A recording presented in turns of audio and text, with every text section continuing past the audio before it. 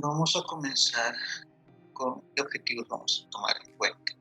Identificar cuándo debemos manejar una vía aérea.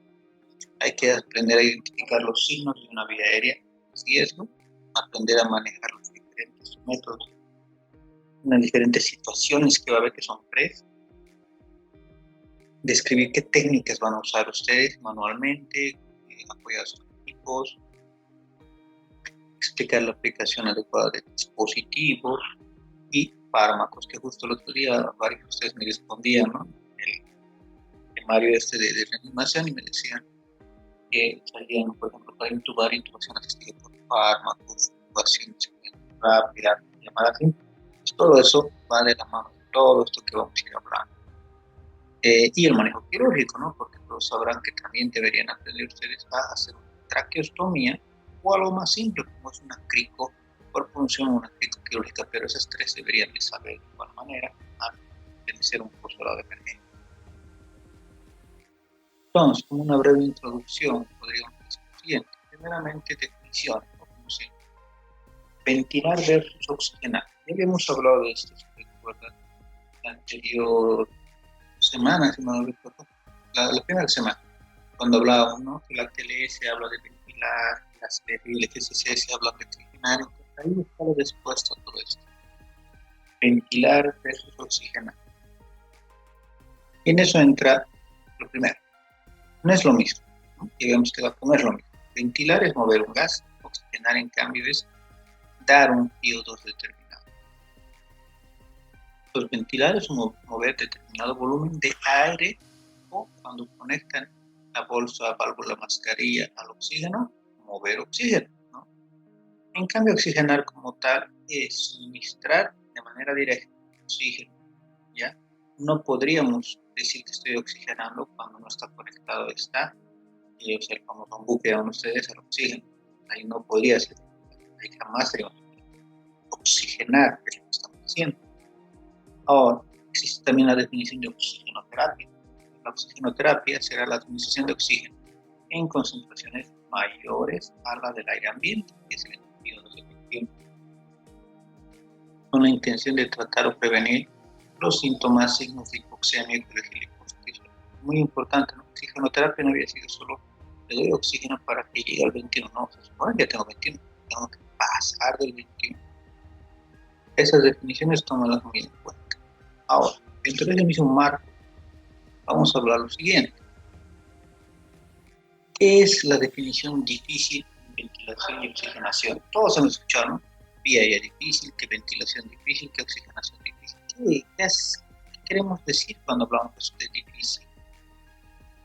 Entonces, tenemos también que poder definirlo, porque alguien nos puede preguntar, ¿y qué es una vía aérea difícil? ¿Qué es una ventilación difícil? ¿Qué es una oxigenación difícil? Entonces, en eso entra lo siguiente. ¿Qué es ventilación difícil? Es la incapacidad para revertir los signos de ventilación inadecuada dentro de 30 segundos. Pues ventilación difícil es eso. En 30 segundos no puedo yo revertirlo haciendo eso. Perfecto. ¿Qué será oxigenación difícil? La incapacidad para mantener saturación por encima de 90%, con FIO2 al 100% y ventilación con presión positiva. Más difícil la definición, ¿no? Pero importante que la sepan. ¿Se dan cuenta?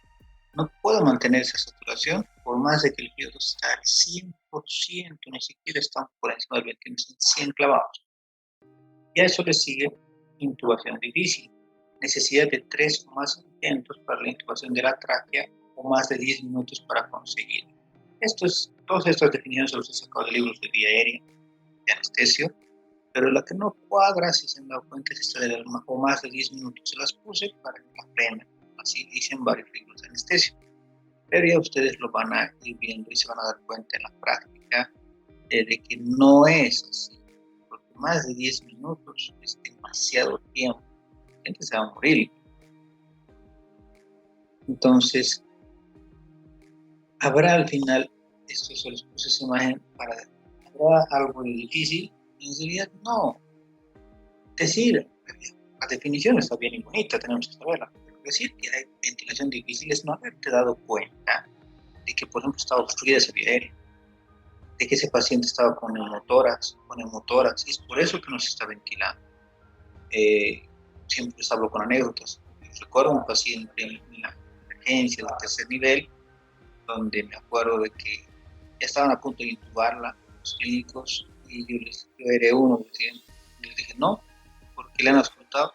Nadie le había auscultado, solo vieron que estaba desaturando y que estaba ya con disnea y demás, la respiratoria, y la ausculto y no había líquido respiratorio. Le meto una aguja y sale líquido, citrino, ¿qué era? Derrame pleural. ¿Qué había tenido el paciente? Y nadie le había preguntado, un viejito que tenía CA de pulmón, y siempre se hacía derrame pleural. Entonces vean que no era difícil, sino era tan solo revisar al paciente. ¿Existiera oxigenación difícil? Aquí también yo discreparía un poquito. Sí, como definición tenemos que saberlo, pero en realidad esa oxigenación difícil estaría de la mano también. Otra vez, no nos hubiésemos dado cuenta nosotros como médicos de algo tan particular e importante como es qué instrumental, qué técnica, qué equipo debería haber usado desde el inicio. Eso es eso. Porque pudo haberle puesto una cánula de aire muy pequeña, muy grande, pudo haber intubado con un tubo muy delgado, pudo haber puesto directamente tubularillo, máscara y no el tamaño adecuado. ¿Me entienden? Pues al final, dense cuenta que no es difícil, sino es tan solo entender al paciente, y la práctica es el maestro. Entonces, tienen que saberlas como definición, pero tienen que tomarlo en cuenta si es que verdaderamente se habla respecto, o será de verdad ese paciente oxigenación, ventilación o intubación. Entonces ahora vamos a hablar del punto 2, que sería B, ¿no? Ya. Esto para empezar, todos han visto un tubo de oxígeno, todos nos han mandado hacer referencias y todos hemos visto el famoso manómetro. Tenemos el flugímetro, aquí tenemos el manómetro, tienen los dos reguladores. El flugímetro nos dice cuántos litros por minuto, y esto es lo que les decía otro día. No existe litros por minuto, no sé quién ha enseñado. Ya, ahora vamos a eso. Es litros por minuto cuando hablamos del flujo de oxígeno. El manómetro, en cambio, miren, esto es interesante, habla libras por pulgada, pero esto habla de la presión, qué presión va a salir. Esto es el flujo, cuánto de oxígeno va a dar. ¿Se dan cuenta cuántos raros hablan muchos médicos que te dicen, a cuántas libras por minuto le estás pasando? No le estoy pasando ninguna libra, estoy pasándole a litros por minuto. Lo que viene en libras por pulgada es el manómetro, o sea, la presión con la cual está saliendo o el gas, porque también tiene un CO2 y otras cosas. Entonces hay que también conocer eso. Y obviamente esto, ¿no? Lo más importante es que si este marcador está menor a 120, no usen ese tanque recargado, porque ese tanque está muy por debajo de lo normal. ¿Qué significa? De que se te puede acabar durante la referencia. Esto es lo que ya conocemos para humidificarlo. ¿Cuánto oxígeno hay en los tubos de oxígeno? Todos habrán hecho referencias, les decía, ya debían ver sus tanques, el más grande, el mediano, el pequeño, todos. Pero, ¿y cuánto lleva cada uno? Empezar. Todos a nivel de metros cúbicos y demás, en la pandemia todo el mundo hasta ya han comprado, ¿no? También me compró un tanque, un sector privado, un domicilio. Todos teníamos tanques, pero no la puedes tenerlo. ¿Para cuánto te alcanzan? También hay que saberlo. Entonces, bajo ese tenor, vamos a ver esto. Los tanques más comercializados, dándole el de un metro cúbico más. Pero hay de 3, de 4, de 6 y de 8, que es igual a litros. Es en litros. Entonces, 8 metros cúbicos será 8.000 litros, así sucesivamente. Esto ya se acuerdan ustedes que llevaban uno nasal de unos 5 litros, la máscara simple 5 a 10, la máscara que aquí les puedo mostrar mejor, ¿no? La máscara con reservorio con inhalación con su huequitos 8 a 10, y esta de aquí que es de 10 a 15, ¿no? Pero que se pone, o que tiene, mejor dicho, esta tapita que está. Ahora, ¿cómo hablamos de esto de los 3.000 litros, de los 3 metros cúbicos? Acá podemos decir lo siguiente. ¿Cómo calculo? Si yo le estoy dando un flujo de salida de 1 litro, ¿tá? A 1 litro lo pongo, o sea, por puntos nasales, obviamente, ¿no? Me alcanzará este tanque de oxígeno completo, ¿no? Totalidad sin llenado, 50 horas. A 5 litros, 10 horas. Pero miren esto, al tope, 15 litros. En este caso, 15 litros, ¿cuándo? Intubado, ¿no? No puedo intubar el 5 litros, no, 15. 3.3 horas. Y eso quiero que vayan aprendiendo. El de 3 metros cúbicos te alcanza lleno para 3 horas. Si la carga está completa.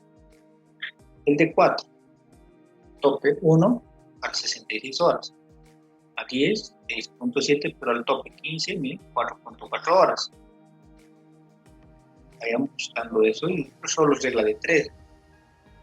Vamos por el de 6, si la carga está completa. El de 6 metros cúbicos, al tope bajo 1, me alcanza a 100 horas.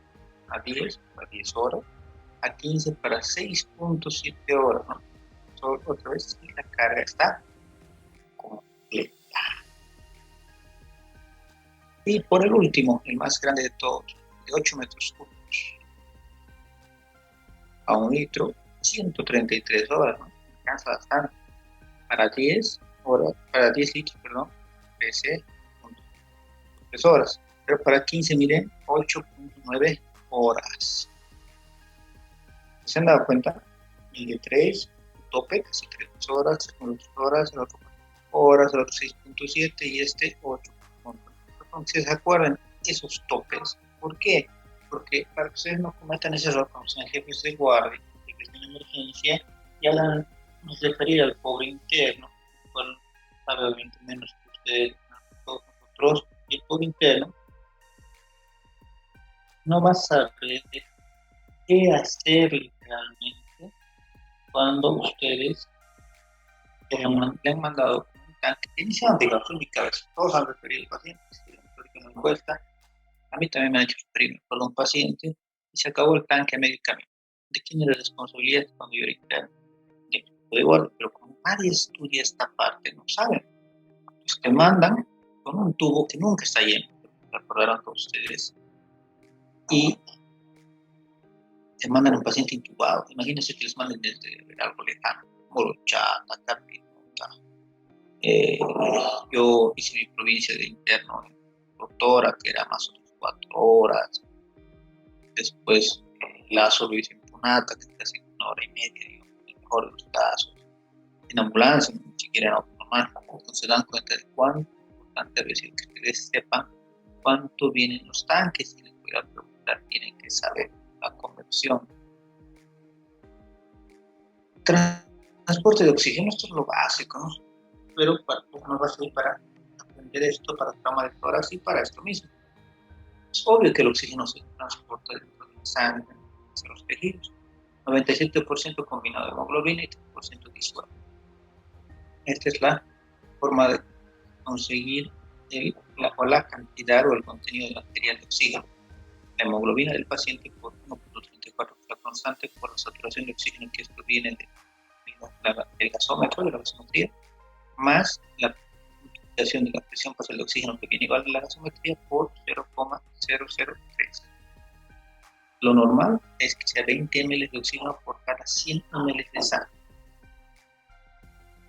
Ahora, todos han de escuchar el término hipoxemia. ¿Qué es la hipoxemia? La hipoxemia termina siendo un término justamente una condición, pero basada.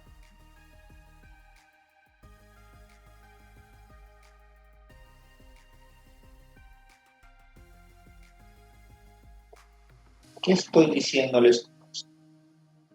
De la hipoxemia, muchos colegas, hasta ustedes, yo creo que alguna vez han referido ya a pacientes y no han puesto nada más aparte de eso. Cuando se está con hipoxemia, con gasometría a la mano. No puedo decir, no, está saturando bajito, usted está con hipoxemia. No, la hipoxemia es un diagnóstico basado en la presión parcial de oxígeno. ¿Dónde sacamos la presión parcial de oxígeno? De la gasometría, ¿no? Normal de 80 a 100, hipoxemia leve 60 a 70, moderada 40 a 59, grave más baja de 4. Dependiendo del tipo de hipoxemia del paciente, se debe elegir el tipo de terapia a realizar. Manejos de vía aérea. La primera clasificación que quiero que aprendan de manejo de vía aérea es el básico o el avanzado. ¿Qué es básico? Básico no traspasa la glotis, no asegura la vida. El avanzado traspasa la glotis, asegura la vida. Bien obvio, ¿no? Bien fácil. Aquí, miren, es una cánula de Gödel, ¿no? Lo que se llama Mayo, cánula de Gödel. Aquí es el epígrafe. No estoy pasando la glotis. Y no asegura una vía aérea definitiva, ¿no? Porque no estoy dentro de esto, donde el tubo está dentro, traspasa la glotis y asegura la vía. Otra clasificación que tienen que saber es esta. No se dan cuenta que es la misma con otro nombre. Dispositivo supra versus infraglotis. Supraglotis no traspasa la glotis, no asegura la vía. Infraglóticos obviamente traspasan. Básico, avanzado.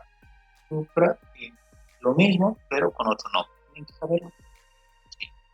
Ahora, si me preguntan qué otras cosas más estarían de este lado, estas llamadas cánulas de Gödel, las cánulas de Obasapian, las cánulas de Williams, las cánulas nasopharíngeas. Máscaras laringeas de igual manera, y de igual manera entrarían el combitubo y el tubo laríngeo. Y aquí entraría solo el tubo endotraqueal. Y aparte, si se dan cuenta, que asegure la vía puede ser un tubo de traqueostomía, porque estás dentro de la tráquea. Las maniobras básicas pueden utilizarse en los niveles prehospitalario, hospitalario, primer, segundo, tercer nivel. Pero hay que saber qué tenemos en este momento. Lo que pasa en nuestro medio, ya quisiera que sea esto, donde los paramédicos son como nosotros mismos, los médicos, vamos, recogemos al paciente, sabemos lo que tenemos que hacer, ya iniciamos vía, podemos poner collar y hasta intubar, ¿no? Pero no, digamos honestos, no llegan más así, pacientes más lado. Sin nada, que lo han traído, perfecto, no le han puesto collarín, no está tabla, o sea, todo mal puesto y todo el show que es. Pero ¿cuál es la importancia? Hay que aprender a evaluar. La evaluación viene de la siguiente manera. ¿Cómo evalúo a un paciente? La evaluación es esta. Quiero que tomen en cuenta 3 situaciones. ¿Qué significa 3 situaciones? Significa que cuando ustedes vayan a evaluar, yo solo vía aérea, ¿no? Van a encontrarse con una de esas 3 situaciones que hay que tomar. La primera, la más básica. Situación 1. Respira el paciente. Perfecto. Respira y sin dificultad. ¿Se acuerdan lo que dice Soteles? Soteles dice de que supuestamente deberíamos de ver al paciente, lo vemos como si el paciente está hablando, que dice la Soteles. Pregúntenle a que responde coherentemente, no está bien, una buena manera, sí respira y sin dificultad.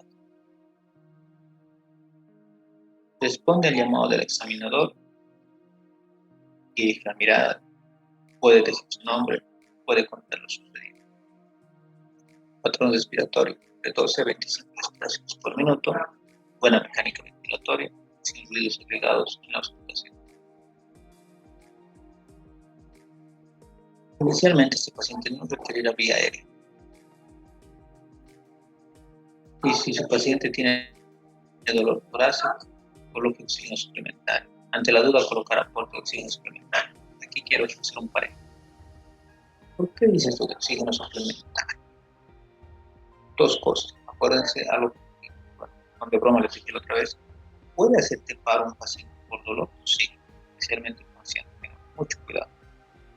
Un adulto joven, nuestra edad, digamos, un adolescente, pero todavía un niño, sería muy raro, porque es un reflejo directo que se suscita, especialmente en el adulto mayor, por muchas alteraciones. Es el que trabaja.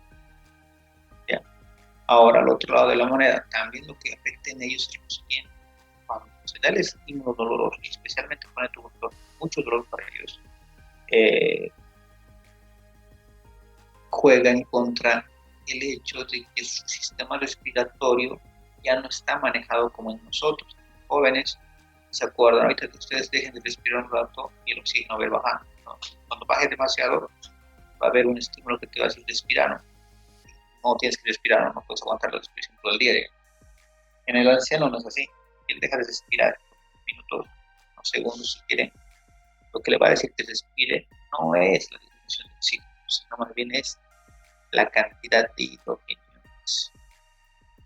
Ellos se manejan de manera bien diferente. Por eso van a conocer ancianos en la guardia, están saturando 60, 70, pero que no están mal, están tranquilos, están hablándote bien, caminan, hacen una actividad normal.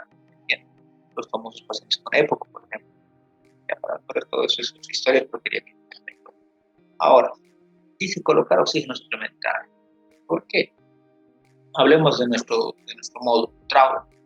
En trauma siempre debemos poner oxígeno. ¿Por qué? Porque el cerebro generalmente ha bastante politraumatizado, ha sufrido edema cerebral. Ese edema cerebral, una de las medidas para poder disminuir el edema del cerebro es oxígeno. Es por eso cuando yo tengo pacientes con TEC leve, ¿no? Más no bien. Generalmente yo les digo a los residentes, pónganle oxígeno porque no salen a 1 o 2 litros. Muchos de ellos son muy grasos, ¿no? Pero satura 100, yo les saturaba personalmente. Y demás. Entonces, no se trata de que esté respirando, de que esté saturando la toma 100. El oxígeno no se lo estoy dando por la oxigenación, le estoy dando para que hagan un intercambio rápido ahí arriba y eso genere disminución del edema cerebral. ¿Entienden ahora? Entonces, no importa que yo sature 95, 96, 100, es difícil, ¿no? Entonces, si yo llego a sus manos y estoy con TEC leve, pequeño golpe en la cabeza, peor si estoy moderado grave, directamente así. ¿Ya? Y si estoy saturando bien, estoy despierto, consciente, me ha caído algo en la cabeza y demás, o me han pegado, ya pónganme oxígeno, pero a 1 o 2 litros. ¿Me han entendido? Entonces, eso es por lo que dice aquí oxígeno suplementario, tanto en el dolor torácico como, obviamente, en el trauma. Por eso es paréntesis, muy importante, porque si no, van a encontrar pacientes que les va a tocar y quedan mal ustedes cuando les diga el paciente es leve y ustedes lo revisan, no tiene nada, se lo mandan a la casa, vuelven 2 días con un dolor, una cefalea insoportable por el edema cerebral, le sacas tomografía y si no sabes leer tomografía, hasta el imaginólogo se le va a veces, no ve el edema cerebral, porque él está buscando sangrados, hemorragias intercerebrales, intraparenquimatosas, hematomas sutural, epidural, ¿me entienden? Ellos están buscando eso y se olvidan de que tienen que buscar edema cerebral por el hecho que se ha golpeado. ¿Entienden? Pues esas particularidades ustedes tienen que tomarlas en cuenta, por eso se pone. Ahora, si respira con dificultad, es la segunda situación. En la primera era, si respiro, no tengo dificultades, estoy bien, pero igual no van a poner oxígeno por punto más alto. En la situación 2, respiro, pero tengo dificultad, no tengo disney, no solo por función, no puede ser también por alguna alteración, tórax o alguna otra. Trate de identificar el nivel de dificultad respiratoria, alta, baja. La importancia de esto es la siguiente. La dificultad respiratoria alta en la causa. Secreciones bronquiales o gástricas, ¿no? Una broncoaspiración. Lengua en los pacientes cuando están en pacientes recuerdan que la lengua cae hacia atrás. Objetos extraños en niños, estridor laríngeo. Clínica, va a tener signos de fusión, puede ser completa o incompleta. Cuando es completa pasa esto, ¿no? El paciente lleva sus manos hacia el cuello, hacia la garganta. La congestión repentino, no emite ruidos respiratorios, el paro respiratorio e inconsciencia son inminentes. Maniobras de desobstrucción, ¿se acuerdan? Esta es la clásica de pregrado que digo, ¿no? La maniobra de Heimlich y elevación mandíbula, lengua y barriga.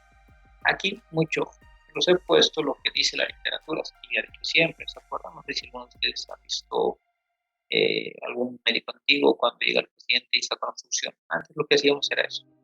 Paciente semiconsciente o con algún grado de inconsciencia, levantamos el mentón, abríamos la boca y metíamos el dedo índice haciendo un barrido cuando no funciona. Eso nos hace más. ¿Ya? Primero le pones oxígeno. Si tú ves que te cuesta bolsear, ¿no? Te das cuenta que la bolsa no está ventilando, no estás moviendo gas, entonces ¿qué vas a hacer? Vas a sedarlo un poquito, y tienes que saber bien, tienes que sedarlo un poquito, hacer una laringoscopia directa, el laringobus muchas veces es necesario porque tienes que sacar. Los niños generalmente, ellos se tragan, ¿no?, cachinas, cosas redondas que tapan de manera directa el epiglotis. No hay forma de que los saques con los dedos, tienes que tener una pinza. Es bien importante. Esto ya no se hace más barrido. ¿Por qué no se hace barrido? Por lo obvio. A ver, ustedes solo pongan su dedo, es propio de ustedes, su dedo en su boca, va a haber un punto en el cual te genera arcadas, y el hacer la arcada puede morder como un reflejo. Entonces, por eso es que no se puede lesionar la mano del explorador. La incompleta, causas lesiones gástricas de alguna manera, la famosa síndrome de Mendelssohn, obstrucción con la lengua, edema de glotis. Este es importante y lo vamos a ver en la práctica, que nunca deben de tocar el epiglotis más de 2 veces al intubar. Y eso, si la toca una vez, la idea es que no se toque. Muchos intentan intubar por forzar la intubación porque no saben agarrar el laringe o el tubo es inadecuado, estás tocando el epiglotis. El epiglotis y la glotis obviamente son 2 zonas muy, pero muy sensibles al que le toques, al que le generes algo. De manera activa, de manera directa, va a demasiado. No vas a poder intubar. Si antes no podías, pero ahora. Maniobras de desobstrucción, tirar cuerpos extraños y vómitos, realizar y limpiar, excepto si hay trauma en cabeza y cuello, ¿no?, y la hiperextensión cervical. El paciente respira con dificultad, pero no parece ser obstruccional como querías. Podría ser una obstrucción baja. ¿Cuáles son las causas de la baja? Crisis asmática o de broncoespasmo, infecciones respiratorias, infarto agudo de miocardio, edema agudo. Clínica, frecuencia respiratoria se va elevando. ¿No se acuerdan que les dije? En hora 8 o mayor a 24, ese paciente va a hacer paro respiratorio en cualquier momento. Empieza a utilizar músculos accesorios, tiraje, fornaje, integrado, cianosis no simultánea, ruidos agregados a la auscultación. Realmente se está escuchando afuera, ni siquiera auscultarle ruidos que están en sus pulmones por tratar de mantener la ventilación. ¿Cómo procede? Activar sistema de emergencias, retirar personas innecesarias del lugar, aporte de oxígeno suplementario con cánula o máscara facial. La cánula nasal, esto ya te pido, ya lo saben, porque si no, no voy a entrar en detalle, solo a esta que no la conozco todavía, el sistema Venturi, que lo voy a mostrar en la práctica, se basa en diferentes cánulas que van a dar diferentes diodos, digamos, más adelante. Y las máscaras faciales son un reservorio, ¿no?, que hemos visto en dibujos de la.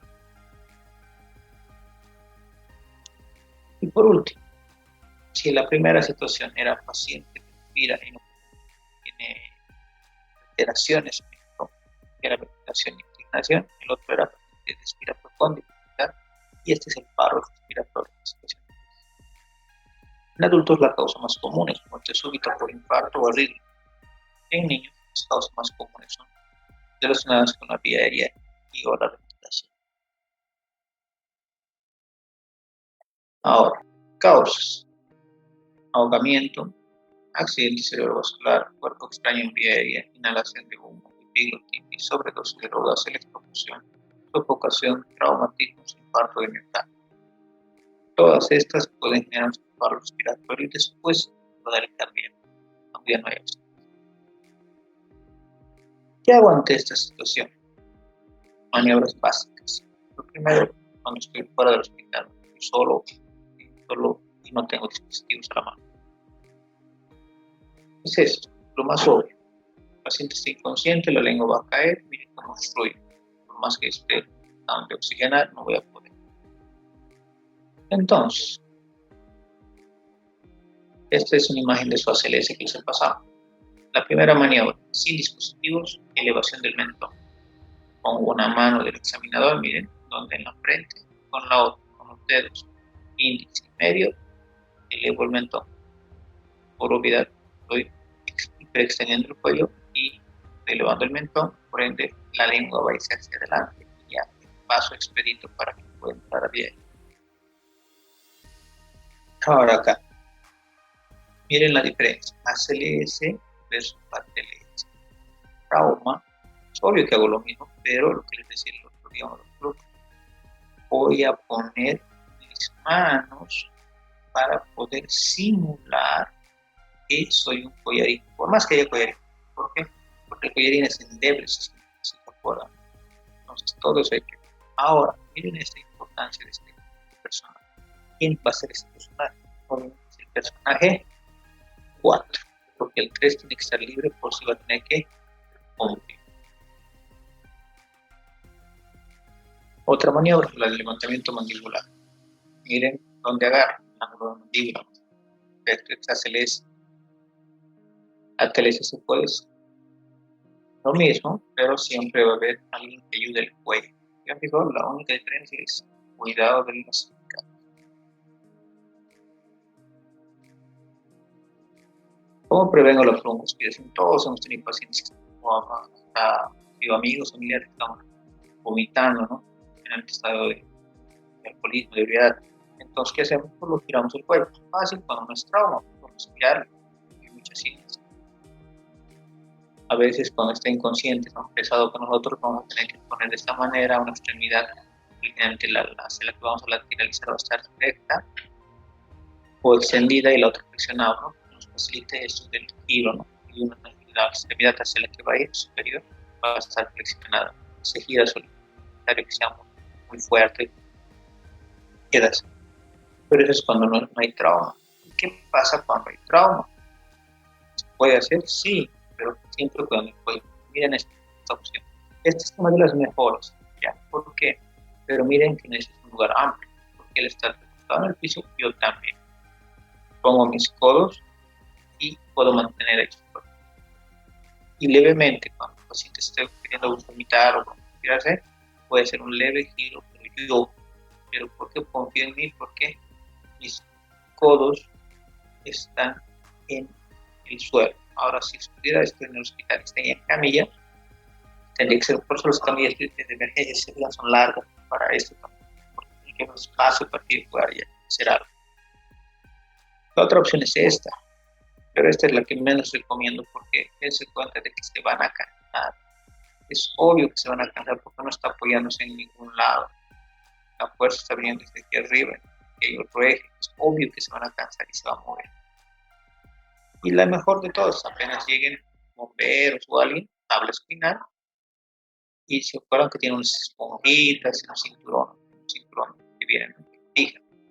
Ya bien fijado, ponen algo por debajo para que se esté inclinando. Y en el hospital, obviamente, por eso es que hoy en día se usan estas camillas que se mueven solitas, ¿no? Tienen el side, o sea, se mueve hacia lateral. Lo fijamos bien al paciente en la camilla y lo podemos mover hacia una lateral, posición, Fowler o anti-tren, como llaman. Dos dispositivos básicos de acuerdo al nivel de conciencia. Si el paciente está consciente, el paciente que llega a su guardia está consciente, está hablando, se acuerda, está contando, está preguntando qué ha pasado, todo, está consciente, pero tú quieres mejorar la oxigenación, por obviedad, ¿para qué? Entonces se usan las cánulas nasofaríngicas. Miren desde qué número viene, del 12 al 34, y hace 3 años salió el 36, ya no está, ya está el 36. ¿Desde qué número van a usar en adultos? Desde el 22. 22, 24 generalmente usamos para la mujer. De aquí para adelante, el varón. ¿Por qué? ¿Se acuerdan que la cara de la mujer es más fina, ¿no? Se dice es más, ¿cómo podríamos llamarlo? Más estética. ¿Quieren? Pues el orificio nasal en las mujeres, claro que ustedes me digan, conocí una mujer que tiene un orificio nasal amplio, versus los varones, que sí, al ser más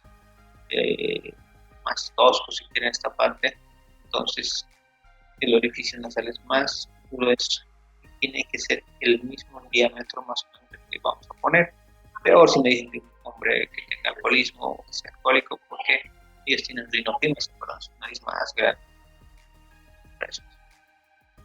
A la par, yo siempre voy a hablar de esto. Este es el normal, el estándar que aquí en la China van a encontrar.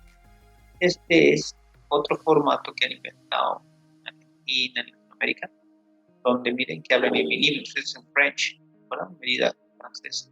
Esto que habla en milímetros, 5.5 a 7. Viene el de 5.5 de diámetro, 6 de diámetro, 6.5 de diámetro, 7 de diámetro.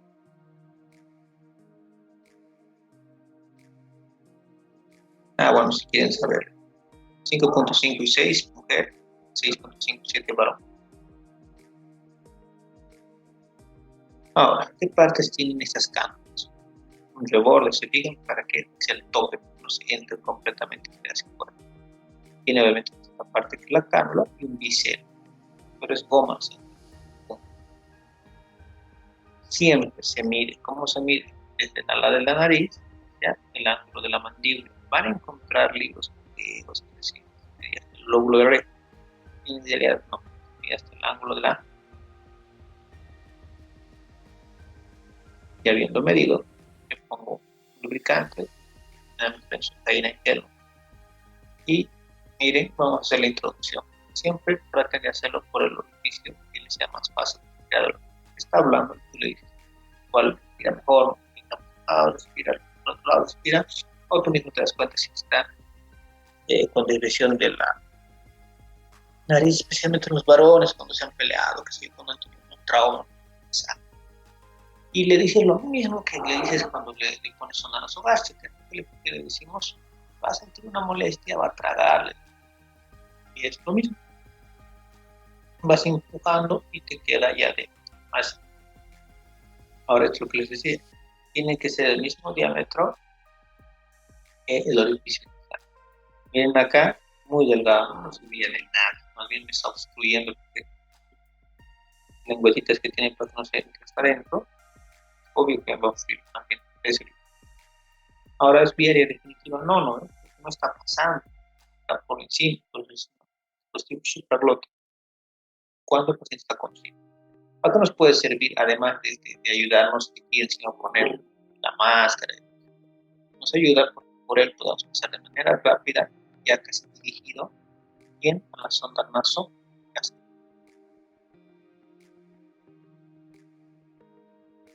Cuando el paciente está inconsciente, vamos sacándola de Guedel, así se escribe, la cánula orofaringe de Guedel. De acá, bueno, yo no soy pediatra, no les voy a enseñar los números pequeños, normalmente van a aprender estos 4 que son números de adultos. Este es el kit completo. Me preguntan si es caro o es barato. Sale más o menos 150 bolivianos. ¿Ya? El naranja es el color más grande. Luego sigue el rojo, el amarillo y el verde. Tienen que comprar un kit que venga con los colores, porque da la casualidad de que cada quien inventa cosas y cree que los colores no nos interesan y le ponen 1000 colores diferentes. No, hay uno que empieza con lila, que tiene que ver el lila, la norma estandarizada. El naranja, rojo son para el hombre, verde amarillo para la mujer adulta. Tamaño 110 milímetros, 100 milímetros. Mujer 80-90. Varón en números 4 y 5, mujer 3 y 2. Tienen que saberse números, tienen que saberse tamaños, tienen que saberse colores. Porque yo les puedo preguntar, cualquiera de los tres tienen que responder y también dependiendo de dónde vayan a trabajar. Hay enfermeras que saben colores, hay otros que saben tamaños, hay otros que saben números. Tiene también partes, ¿no? Igual que la anterior. Entonces, área del amor, perdón, el tope, ¿no? Igualito para que no se den, área de la mordida y el canal aéreo. Ahora, miren esta particularidad. Otros colores, ¿no? Esto es lo que les decía. Ni los compren, ni los usen. Primero porque estos vienen más delgados, es una marca de los países que la sacaron, pero desconfigura todo. Porque no usan ni siquiera los colores que ya no sabíamos. Esta otra que también lo vean varios, es de goma, no sé si les tocó ver cómo se dobla, no sirve. ¿Por qué? Porque se puede doblar, especialmente las medianas, y no nos va a servir para lo que queremos. Queremos que sostenga la lengua. Para los ingleses, este camino es bueno porque tiene delgadito versus este que les mostró que es duro, no es rígido, justamente para que sostenga a la lengua.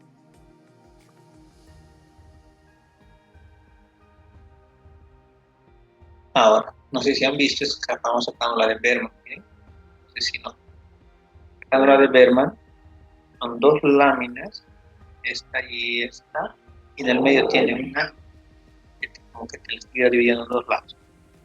Tiene los mismos colores, naranja, bueno, es medio rosado, pero es rojo, amarillo y verde. Mismos colores, porque si es estándar, mismos colores, mismos tamaños, mismos números. Lo peor que puedan comprar es esta Berman, dicho blanca, tiene los colores, sí los tamaños, pero mismos, los números mismos, pero no tiene coherencia con colores. Estos sí son, están, estos no, ni siquiera los deberían usar. Y aparte están otras como la de Ovasapián. Voy a mostrar igual en la parte de la práctica. El de Ovasapián, quiero que se den cuenta de esto. Miren, tiene este cánula, ustedes, de riels, sirve para enganchar aquí en el tubo endotraqueal. No se muevan. En nuestro país, ustedes habrán visto en los hospitales clínicas, lo estamos amarrando con una venda de gasa. No es lo ideal, puede pasar algo.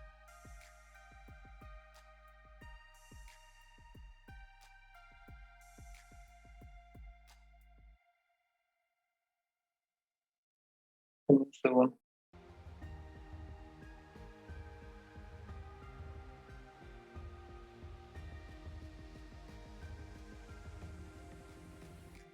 Ya.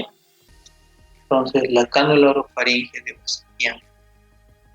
La cánula orofaringe de Ovasapián hace referencia a esto. Literalmente lo engancha por encima. Ya eso quiere decir, lo engancha por encima.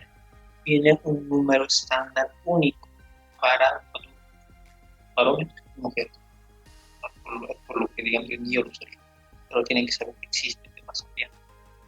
Y aparte de Vasapián también tenemos esta otra que es la de Williams. Esta era la antigua de Williams que venía antes. ¿Ya?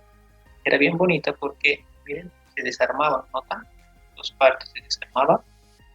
Miren el tubo donde entraría aquí. Igual servía para, cuando ya los intubaba, sirve para la mordida, ¿no? Entonces, podías poner el tubo por debajo, Vasapián por arriba, Williams por debajo. Después, con los años, salió una Williams más simplista, si quieren, que es esta de acá, que es amarillo y rosado.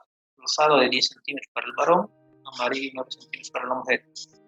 Miren, ya no tiene el riel, ¿ya? Y el tubo se le saca se está ubicando el tubo que tiene una tapita, ¿no? Donde se conecta la bolsa válvula, se lo saca y lo haces pasar por aquí, te ayuda para la mordida. Colocación. Y la cánula nasofaringe medida de la edad de la nariz, el ángulo de la mandíbula, esta se mide desde la cobertura de la boca al ángulo de la mandíbula.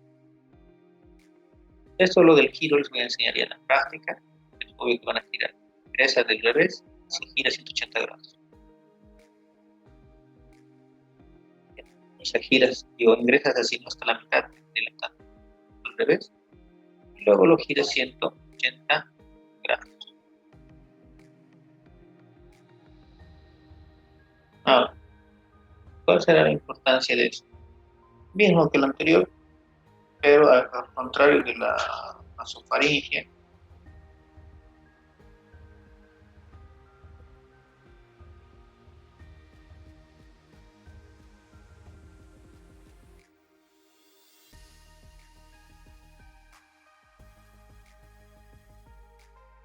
ya, perdón.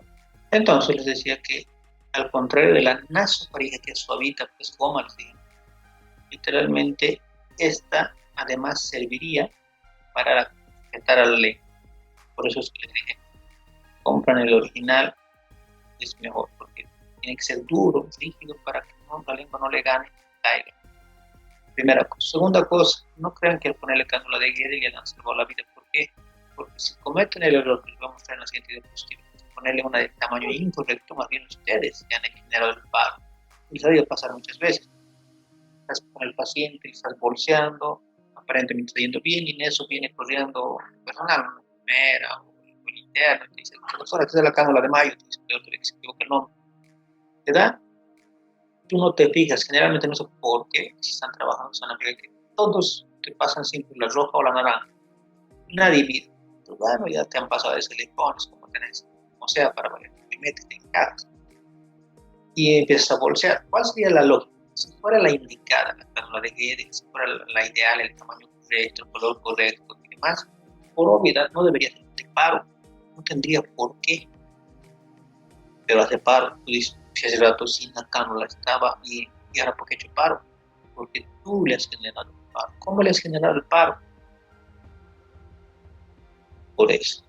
Miren, si tú no le has medido, miren, aquí está la muro. Si tú no le has medido correctamente, si le has puesto uno pequeñito, ¿te fijan? ¿Dónde queda? Queda de la lengua. ¿Qué ha hecho? Has botado la otra mitad hacia abajo. Tú la sostienes. Si tú lo pones muy grande, ya también miren, por encajarlo, igual estás empujando en la base de la lengua.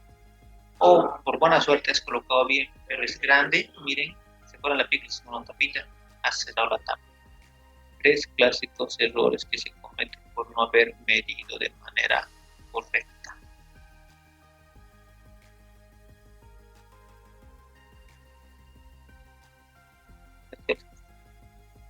Y ya estamos llegando al final de la clase, no quiero meter mucha información, que falta bastante.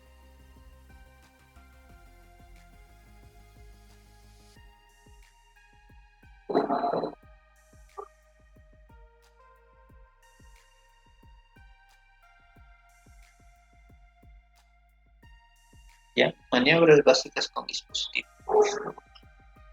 Existen dos sistemas, alto y bajo flujo. Pero eso es lo importante, es bajo flujo. Cánula nasal. La cánula nasal son las puntas nasales, mascarillas simples y mascarillas con reservorio, con reinhalación parcial y sin reinhalación.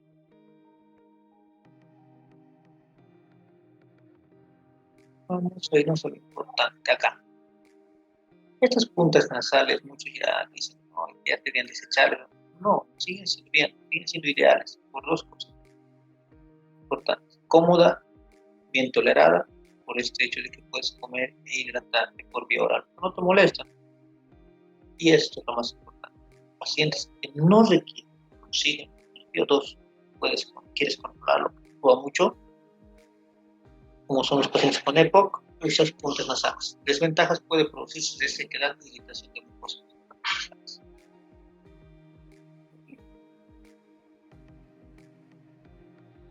El que ya no aprendió, ¿no? Puedo poner de 1 a 5 litros, el repuesto está en el rojo y rosado, no sirve. ¿Quieres saberlo?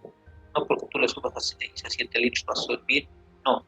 Por más que, obviamente, la fórmula que les enseñó podría servirte, pero no, va a seguir igual, va a seguir lanzando 36, porque por física ya está sacado, esto no serviría para más. Ya se pone puntos nasales de 1 a 5 litros. Las mascarillas de oxígeno, ya sabemos lo importante, y esto es lo que me interesa, ventaja. Mejora el PO2, no es invasivo, es económico y práctico. Desventaja, no puedo darle de comer, molesta si alguna vez vamos a se incomoda el paciente que lo quita. De 5 a 6 litros, esto ya saben la fórmula, de 5 a 10 se puede poner, 46, 51, 56, 61, 66, 71 de PO2, ¿no? De acuerdo a los litros por minuto que lo pongas. Y la máscara simple. Luego entramos a las mascarillas con reservorio, donde almacena más oxígeno. ¿Ya? Entonces, esta es la lógica. Entre oxígeno. Entrando el oxígeno y se va a ir a repartir a dos lados. Al reservorio y a la máscara de que va a ir. Pero esta es la que tiene reinhalación parcial, tiene huequitos. ¿Qué significa? Que va a contaminarse con el entorno. Esta se acuerdan que se usa de 8 a 10 litros, está 80 de PO2. Esta en cambio es la que tiene tapitas, ¿se acuerdan? Cuando exhala el paciente, se levanta, y no se contamina. Misma situación, pero aquí tienen oxígeno y aquí también. Pues van a tener, por ser con el reservorio, van a tener una mejora cuando esté exhalando. Obviamente no todo se va a salir por ese huequito, no es obvio que no va a salir todo, pero se va a mezclar. Entonces, lo bueno va a ser que no va a meter nada de afuera y que va a poder tener mayor cantidad de oxígeno en todo momento. 10 a 15 litros, ¿se acuerdan? Casi 100 centímetros. Esta imagen, esta pita comenzarla, y ahí vemos las dos comparándolas. Esta es la con reinhalación parcial, 810, 80 de P2, 650 de P2. Sin reinhalación, 10 a 15 litros, 80 a 100 de P2. Alto flujo, usamos máscaras de Venturi y la tienda facial. Mascarillas Venturi justamente hace referencia a esta parte. Este tipo es la mascarilla o el adaptador de Venturi. Igual le pones el flujómetro, sale la manguerita del oxígeno, pero miren, no es como una máscara simple y donde entra directo y entra el oxígeno. Miren, tiene una copia. Voy a mostrar igual en la práctica. ¿Para qué sirve? Miren, vienen de esos colores. Igual, si quieren comprarse, tienen que ser estos colores porque estos son estandarizados. Celeste, blanco, naranja, amarillo, rojo y verde. ¿Cómo va? El celeste. Le pones a 2 litros, pero es el color celeste y te la garantiza FIO2 de 24. El blanco se pone a 4 litros y te garantiza un FIO2 de 21. El naranja, 6 litros, te garantiza el FIO2 de 3. El amarillo, 8 litros, te garantiza 35 de FIO2. El rojo, 10 litros, 40 de FIO2. Y el verde, 15 litros, 60 de FIO2. ¿Por qué cambia el FIO2? Por esto. Bueno, no se ve en estas imágenes, pero en estas sí. Si lo volcarían, esta partita donde entra la manguera de oxígeno, es muy bien, aquí no se nota enseguida el huequito. Fíjate, no se ve, es como un usado por alquiler, más y más diámetro. Y eso es más diámetro que esto. A eso se referencia cómo controla el FIO2. El halo food o tienda facial, no los voy a mostrar mucho de esto porque es más un pediatría y lo debió ver es esto. Ese es el halo. Te garantiza que todo se controla. Miren, aquí está entrando el oxígeno. Está oxígeno. ¿Qué es lo malo? Entonces, ¿por qué no debió ver que eso es en adultos? Porque se secaría tus mucosas, la córnea, que son los problemas que generalmente tiene este problema adulto.